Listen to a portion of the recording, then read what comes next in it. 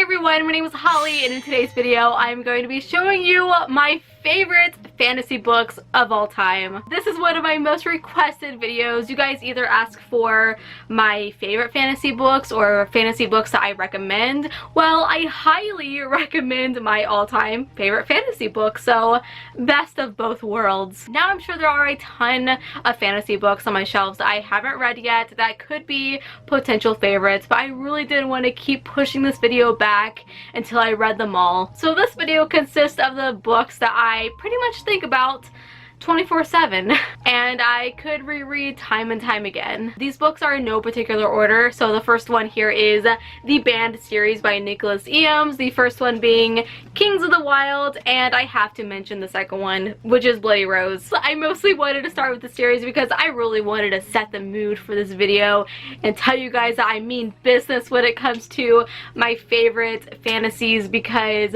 oh boy, I can't even articulate how good this series is. This is, in my opinion, one of the best debut fantasies of all time. It's an engaging tale of friendship between characters who go on a fun adventure together. We're following a band of mercenaries who are way past their prime. They used to be the it band back in the day, but now they're old and they're fat and they're long retired. But when the leader of the group, Gabriel, shows up knocking on their doorstep begging for help to save his daughter, it seems like it is time for one last mission, one last quest for this group of old men to get back together again. The characters and the humor in this book are definitely its strongest points. All 5 members are so easily rooted for, and the added bonus is that there are plenty of amazing secondary characters, and even the villains are so believable with their motivations. The fantasy genre definitely got a new voice when this book came out in 2017, and if you are an avid fantasy reader and you haven't read this yet,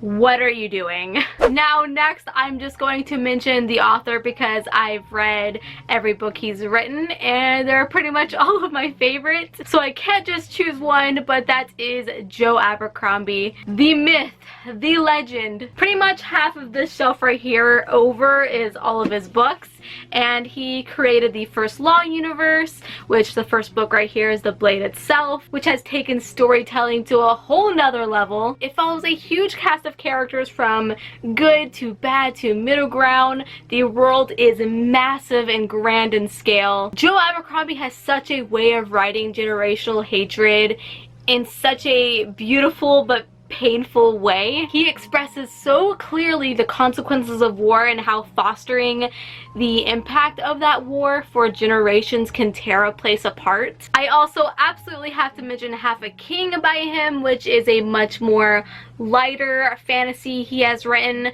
A lot of people consider it YA, but I personally don't. Even though it does follow a younger character, there's a lot of very dark elements to this. I always recommend this book for people who are just getting into the high fantasy genre, but this book changed my life. In fact, I probably wouldn't even be where I'm at today without this book. It's also the book that introduced me to Joe Abercrombie, so this book has a very special place in my heart. It follows a young boy named Jarvie who was born with a crippled hand, and his father and brother are murdered, and he is unexpectedly having to take over the throne when he just has no idea how to deal with that. I mean, the front is blurbed by George R.R. Martin himself, so it has to be good. I also just have to mention Best Served Cold and Red Country. I mean, who does this guy think he is? Writing amazing books consistently? I don't know. And then I have the Tower of Babel series by Josiah Bancroft. I really want to mention this series because even though I gave the first one, Sinlin Ascends, 4 stars, the second book, Arm of the Sphinx, and the third book, The Hod King, are my favorites. This is one of the most unique and original fantasy series I have read in such a long time in terms of plot lines and character arcs and the world itself. Each book compiles on top of the other, making it so complex. The first book is following a man named Thomas Sinlin, who is a professor in a very small fishing village, and him and his new wife Mara decide to go on a honeymoon, and they decide to go to the Tower of Babel, which is is this very famous tower. It consists of a ringdom, so basically like layers on a cake, and it's so tall that it penetrates the clouds. Well, once they arrive, they end up getting separated in this ever-revolving mysterious market at the base of this tower, and Tom has no choice but to enter it. But rumor has it that once you enter the tower, there is no coming out. So it kind of has this video game vibe to it. The second book is even better than the first because we get to follow a group of characters who journey with Tom, and they all have such colorful personalities, and they really make this series come to life. And don't even get me started on the Haunt King. This book just freaking blew my mind. This series is phenomenal, and the consequences just keep getting bigger and bigger, and the mysteries are slowly getting resolved. But honestly, I have so many more questions, and I cannot wait for the fourth book to come out. I need it. My next all-time favorite fantasy book is The Armored Saint by Mike Cool. This is a deeply satisfying fantasy world, which is very strange to say since it's only like 200 pages, but Mike Cool packs such a punch within this short novel, and there's some of the most intense action and emotionally charged scenes. It's a superbly well-crafted, gritty story that takes place in this world that's oppressively ruled by this religious order who hunt down any individual who have even a trace of magic. We follow a very young girl named Heloise who personally experiences this burden as the village next to hers gets completely wasted and not a single person is spared. Heloise herself is a character that is just boiling with rage, and you can feel the heat coming off of her within these pages. I would definitely consider this also a coming of age story, since Heloise is having to find herself and coming to terms with her sexuality. So this is a LGBTQ plus story, which makes it a lot more interesting. I also have to mention that Mike Cool writes with such precision. Like, you can feel the flow of battle and the compression of Heloise in this war machine that she fights with. This is the beginning of an amazing journey, and book 3 is coming out later this year, so it would be the perfect time to jump on this train. My next favorite book is The 10,000 Doors of January by Alex E. Harrow. This book is actually coming out this month, so I read it very early, which I'm very grateful for, and it ended up being a favorite of mine. Alex E. Harrow does a fantastic job at bending your mind backwards and combining different elements of genre into this modern day setting, and then transforming that modern day setting into something else entirely. This is a incredible, well-written fantasy that takes place in the early 1900s, and it follows a young girl named January who lives in this big mansion owned by Mr. Locke, who is a billionaire archaeologist.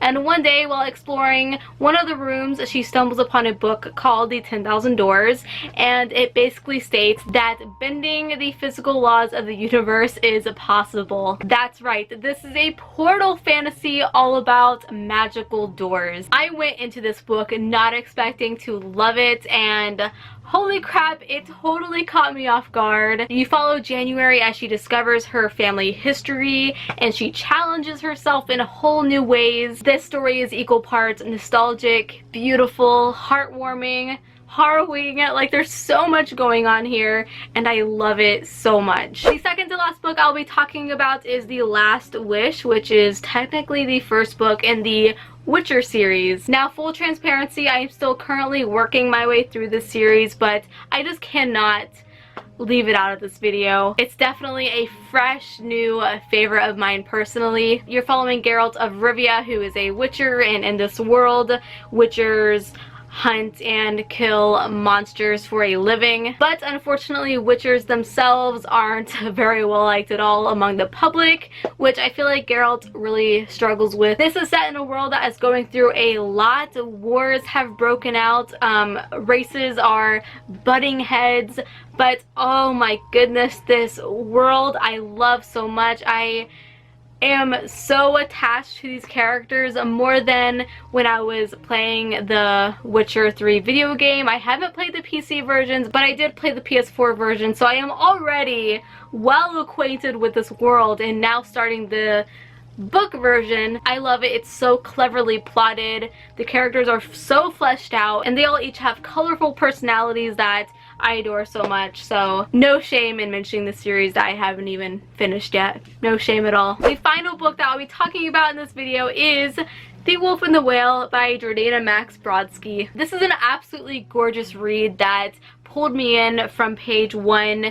It's set in this cold, wintry environment of the Arctic, and it interweaves Inuit and Norse mythology. While reading this, it became very apparent that the author did so much research for it, and that's very respectful. In the story, we're following a character named Omat who was born in a woman's body but with a man's soul. So she was born to be a hunter and to follow in her grandfather's footsteps to become a shaman who can talk to spirits and use their knowledge to guide their family. And she struggles hugely with her gender, and her character arc is so moving. This, without a doubt, is a very, very brutal world. The trigger warnings for it are through the roof, but I can't help but highly recommend this book. It is such an important story that needs to be told, which is why it's on my favorites list. Alrighty, so those are most of my all-time favorite books. Tell me down below if I mentioned any of your favorites or what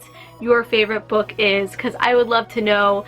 Go ahead and give this video a big thumbs up if you enjoyed it, because that helps me out so much. And don't forget to subscribe. I upload videos every single week. Follow me on Instagram at Holly Hearts Books and on Twitter at Holly Niece. And until we meet again, happy reading.